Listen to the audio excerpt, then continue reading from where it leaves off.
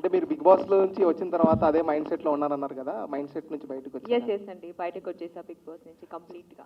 Yeah, ఎప్పుడైతే ఆ situation జరిగిందో, అంటే బిగ్ బాస్ తర్వాత విన్నర్ అయిన తర్వాత బయట సిచ్యువేషన్స్ అన్ని మీరు చూసారు కదా, కార్ గ్లాస్ బ్రేక్ చేయడం, ఇలాంటి సిచ్యువేషన్స్ మీ రియాక్షన్ కోసం చాలా మంది వెయిట్ చేశారు. అసలు ఆ సిచ్యువేషన్ గురించి ఏం చెప్తారు మీరు?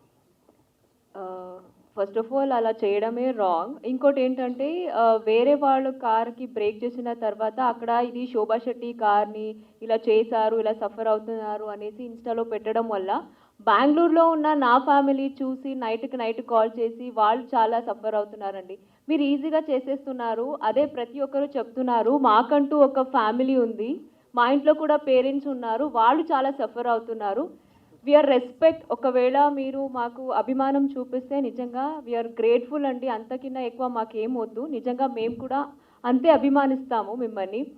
కానీ లోపల జరిగింది మీరు ఇంకా బయటికి వచ్చిన తర్వాత దాన్ని రివెంజ్గా పెట్టుకొని ఒకరిని టార్గెట్ చేసి కొట్టడం అనేది it's not at all correct అండి.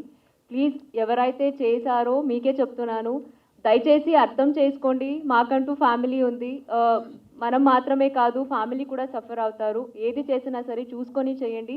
బికాజ్ ఇంట్లో ఏదైతే జరిగిందో ఇంట్లో వరకు మాత్రమే, బయటికి వచ్చిన తర్వాత మేమందరూ చాలా బాగున్నాం.